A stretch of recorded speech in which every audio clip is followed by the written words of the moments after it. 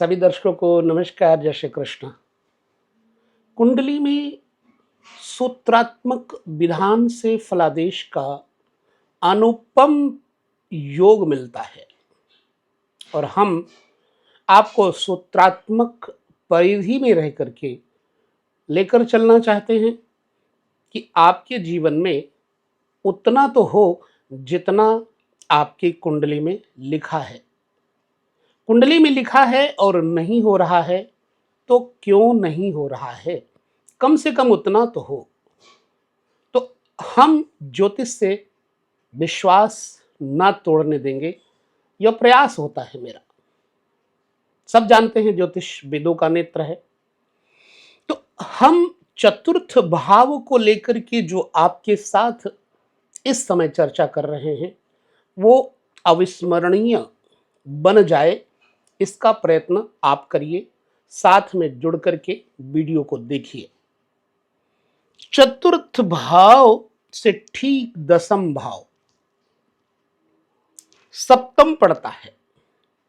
चतुर्थ भाव अगर मां है तो ठीक दसम भाव पिता है। चतुर्थ भाव सुख है तो दसम भाव कर्म है।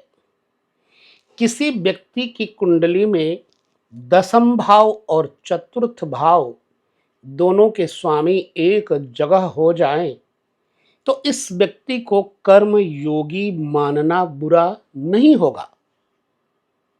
हां, इन दोनों के ऊपर कोई तीसरे बुरे ग्रह की स्थिति आपको कमजोर बनाती है।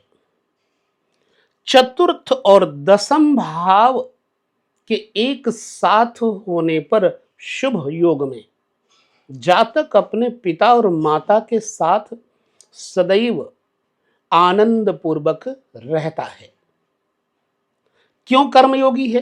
क्योंकि दसम भाव कर्म और चतुर्थ सुख, तो वो विश्व भर की संपदा अपने कर्मों से अर्जित करके प्रसन्न होगा। अब जिन स्थानों पे सुखेश जाने पर फलादेश देता है अच्छा बुरा, उसे हम समझेंगे। यदि आपका चतुर्थ भाव का स्वामी लग्न में स्थित हो जाए या लग्नेश के साथ स्थित हो जाए तो आपका समूचा लक्ष्य अपने घर को सजाने में, संवारने में, परिवार को उत्थान की तरफ ले जाने में, माँ बाप के नाम यश को फैलाने में आपका पूरा योगदान रहता है। लग्नगत सुखेश होने पर व्यक्ति में सुख की अभिलाषा भी होती है और सुख के लिए कर्म करने का एक योग भी होता है। यद्यपि चतुर्थेश पाप पीड़ित ना हो तब यह फलादेश सुनिश्चित है। लग्न में होने पर चतुर्थेश लग्नेश के साथ स्थित हो और मित्र हो तो व्यक्ति राजनेता अपने क्षेत्रीय प्रसिद्धि को प्राप्त करके लोक कल्याण में अपना समय देता है और जनता जनार्दन उसको पुनः चयन करती है। अशुभ हो जाने पर जातक को पीठ पीछे निंदा देखनी पड़ती है। चूंकि चतुर्थ से दसम भाव लग्न है तो मां के कर्मों का भी परिणाम जानना हो तो आपका लग्न बताता है। लग्न में यदि बुरे ग्रह बैठे हैं तो मां के स्वभाव में कर्म करने की प्रवृत्ति बुरी हो जाएगी।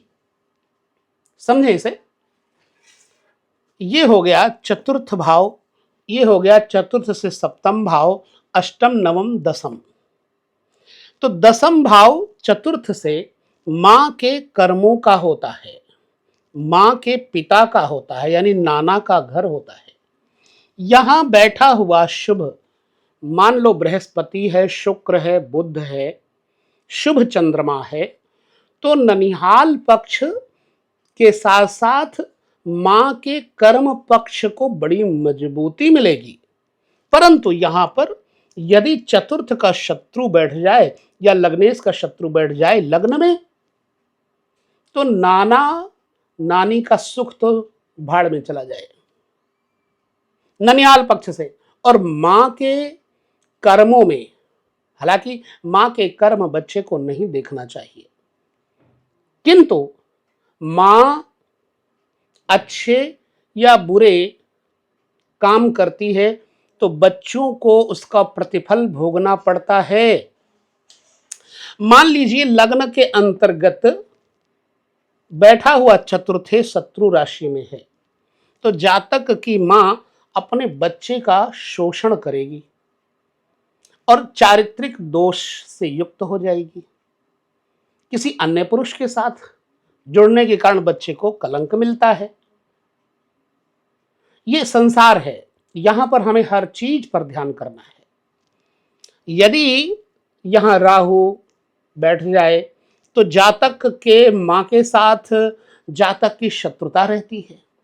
मां जातक को बेमतलब में भी दंडित करती है, पीट देती है, शासन करती है, तो जातक अपनी मां से ही विरोध करने लगता है। शनि बैठ जाए तो जातक की मां जातक के साथ नहीं रहेगी।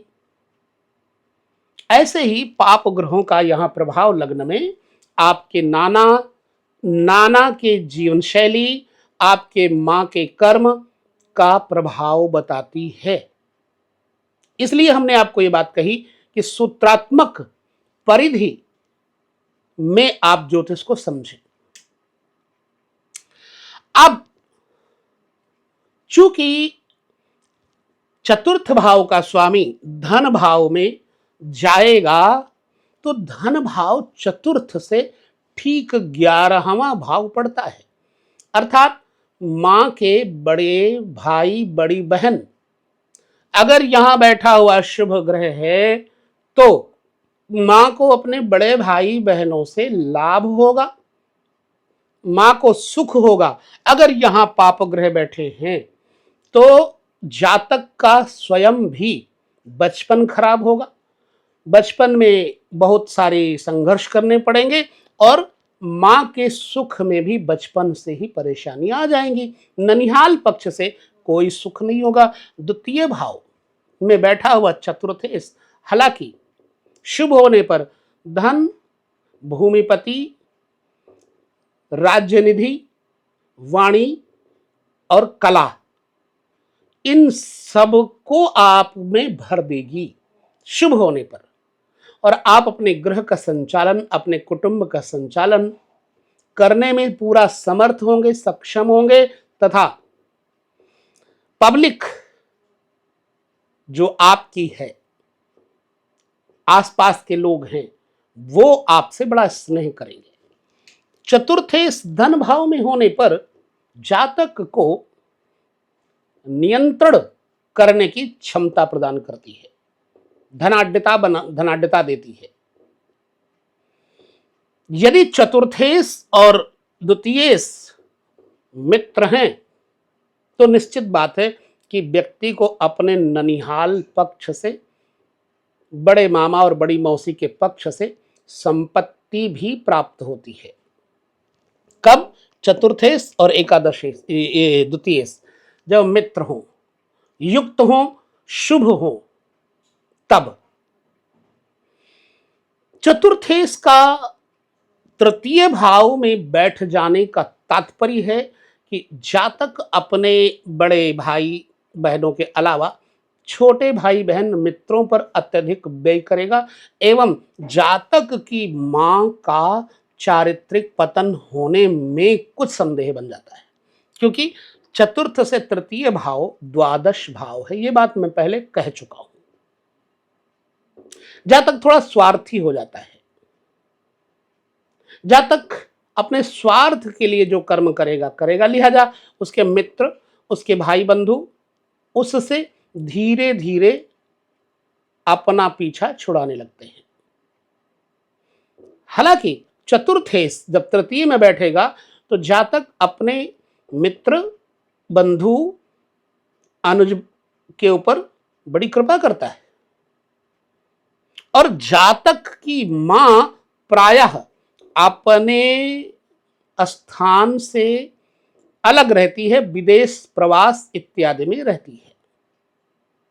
क्यों? क्योंकि चतुर्थ भाव मां है और 12वां भाव विदेश है, प्रवास है।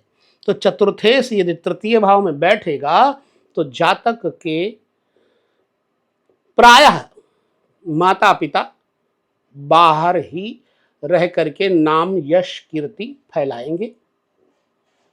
और हां, कभी कभी चतुर्थेश नीच का हो, तृतीय भाव में शत्रु के साथ बैठा हो, तो जातक का पड़ोसी हमेशा जातक को परेशान करता रहेगा, क्योंकि तीसरा घर पड़ोस है। चतुर्थ भाव का स्वामी तृतीय में नीच का होने पर एक नुकसान और होता है। जातक अपना धन नशे इत्यादि में, व्यसन में व्यर्थ का व्यय करता है मित्रों के ऊपर। बुरा होने पर जातक अपने घर की दौलत उठा करके पड़ोसी के यहां दे आए, मित्रों को दे दे, यह भी होता है। चतुर्थेश पंचम में बैठने का अभिप्राय क्या होता है? जातक की मां धनाढ्य तो होगी, जातक की मां का नेचर, स्वभाव मृदुता से भरा हुआ होगा, योग्यता से भरा हुआ होगा। जातक की मां अपने बच्चे को शिक्षा देने में अपनी सारी शक्ति झोंक देगी, और जातक की मां के माध्यम से जातक को भविष्य में पुत्र यानी मां का पोता, जातक को भविष्य में पुत्र पुत्री संपत्ति अचानक प्राप्त होने का योग भी बन जाएगा। चतुर्थेश पंचम में होने का तात्पर्य है चतुर्थ का कुटुंब। तो चतुर्थ भाव मां के परिवार का कुटुंब है। यहां शुभ ग्रह बैठे होने पर जातक के ननिहाल पक्ष के लोग यानी मां के कुटुंबी लोग ऐश्वर्य युक्त होंगे, सुप्रसिद्ध होंगे, प्रसिद्धि प्राप्त करेंगे। जब चतुर्थेश छठे भाव में बैठ जाए तब की स्थिति देखिए। यह चतुर्थ भाव से तीसरा भाव पड़ता है जो छठा भाव है, मां के छोटे भाई बहन, अर्थात जातक के मौसी और मामा। प्रायः जातक के चतुर्थेश शुभ होने पर जातक को उनके माध्यम से सहयोग और सहायता मिलती है, किंतु बुरा होने पर जातक अपने नाना मामा और मौसी के कारण बदनाम भी होता है। यह मैंने व्यवहार जगत में उतार के देखा है, व्यवहार जगत में ऐसे कुंडली वालों को देखा है। तो अंत भला तो सब भला, अंतिम परिणाम छठा घर है। यदि चतुर्थेश छठे घर में या छठे भाव का स्वामी चतुर्थेश के साथ कहीं होगा तो जातक को अंत में अपने ननिहाल पक्ष के छोटे मामा और मौसी से कीर्ति हानि होगी, अपयश मिलेगा, चारित्रिक दोष मिलेगा। और प्रायः ऐसा हो भी जाता है कि जातक को चाहे उसके मामा की बहू या फिर मौसी की बहू इत्यादि से नाजायज संबंधों में गिरना पड़ जाता है। यह भी एक प्रैक्टिकल बात है। अब देखिए, चतुर्थ भाव ठीक चतुर्थ से चतुर्थ यानी आपका सप्तम भाव, पत्नी का भाव। यदि चतुर्थ भाव का स्वामी ठीक सप्तम में आ जाए तो जातक की मां और जातक की पत्नी अथवा पति के साथ बड़ी आपस में बनती है, पटती है, बहुत प्रेम होता है। यदि कोई भी ग्रह यहां बुरा ना देखे तो सास बहू नहीं अपितु मां और बेटी बनकर के रहेंगी। इसलिए चतुर्थ का सप्तम में बैठना जातक के जीवन साथी को राजनीति से भी जोड़ता है, और अगल बगल के लोग, पड़ोस के लोग जातक के जीवन साथी से प्रभावित होते हैं। ऐसे जातक को अपने पत्नी के संबंधियों से अथवा ससुराल पक्ष से व्यापार जो होता है, बिजनेस पार्टनरशिप का, बहुत प्रभावित करता है, बहुत अच्छा रहता है। अच्छा होने पर, बुरा होने पर जातक की सास और बहू में बिल्कुल, जातक की मां और पत्नी में बिल्कुल नहीं बनेगी, और ससुराल पक्ष से भी इसे दुख मिलेगा। ठीक इसी भांति से चतुर्थ भाव का स्वामी ठीक अपने स्थान से पंचम आ जाए, ये मां की विद्या है, मां की पढ़ाई लिखाई है, मां का धर्म है। यहां शुभ होने पर मां धर्मनिष्ठ, कर्मनिष्ठ, योग्य, अचानक धन लाभ, तो मां के पक्ष से ऐसे व्यक्ति को अचानक भूमि का सुख प्राप्त होता है जब चतुर्थेश अष्टम में बैठा हो शुभ। तब मां अपने माध्यम से बच्चे को उस स्तर तक पहुंचाती है जो वो सोचती है। चतुर्थ भाव से अष्टम भाव का कोई तालमेल बुरा होने पर जातक को अल्प मृत्यु और जातक की मां को अल्प मृत्यु की तरफ ले जाती है। अचानक मां का निधन होता है तथा जातक को पानी में उतरने से पहले 100 बार सोचना चाहिए, नहीं तो उसके प्राण जाने का योग बनता है। चतुर्थेश अष्टमेश की स्थिति में ऐसा प्रायः देखा गया है। चतुर्थ भाव से ठीक आपके नवम भाव को देखें तो छठा भाव पड़ता है। यहां पर बैठा हुआ लग्नेश बल तो देगा लेकिन मां से शत्रुता दे देगा। यहां का बैठा हुआ 9th हाउस में चतुर्थेश भाग्य को तो बढ़ाएगा लेकिन मां के सुख को कम करेगा, मां के सेहत को कम करेगा, मां को बहुत परिश्रमी बनाएगा, मां ऋणी बन जाएगी, रोगी बन जाएगी। क्योंकि चतुर्थ से अगर आपके लग्न से नवम भाव देखें तो छठा भाव पड़ता है।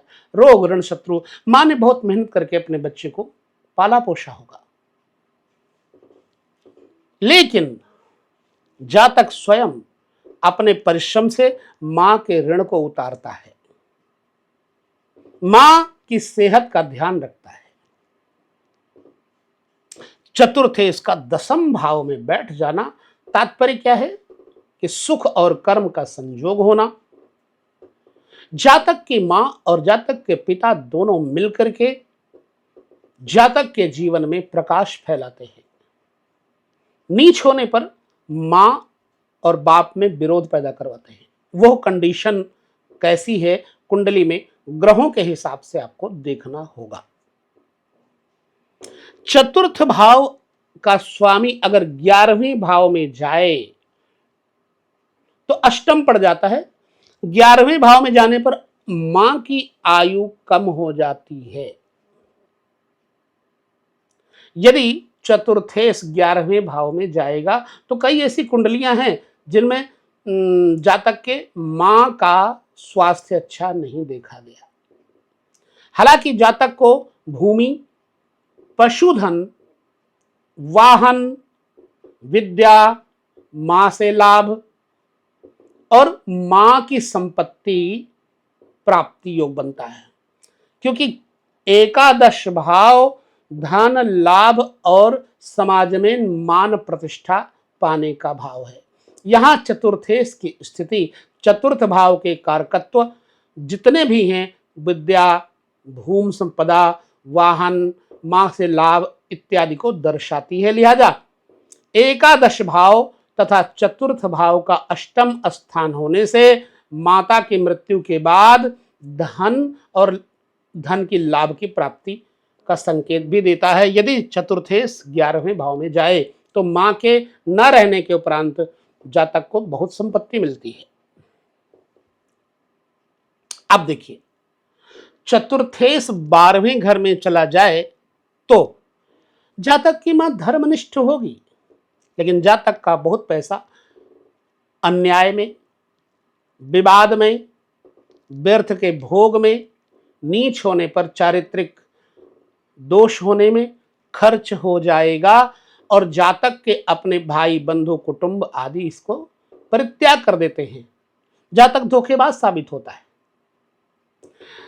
व्यय क्षय होने के कारण 12वां घर जातक अपने धन का व्यर्थ में व्यय करता है। जातक विद्या में भी बहुत कम निपुण हो पाता है। अंततः चतुर्थ का अष्टम या छठे तथा 12वें बैठने पर अच्छा फल न प्राप्त होना ही देखा गया है। अब आपके कुंडली में चतुर्थ भाव का स्वामी कहां बैठा है और जहां बैठा है उसके अनुसार जो बातें हमने कही कितनी सच साबित होती हैं, ये आपके कमेंट हमें बताएंगे। यहां हम विदा लेंगे, पुनः किसी और वीडियो में आपके साथ चर्चा करेंगे। तब तक नमस्कार, जय श्री कृष्ण।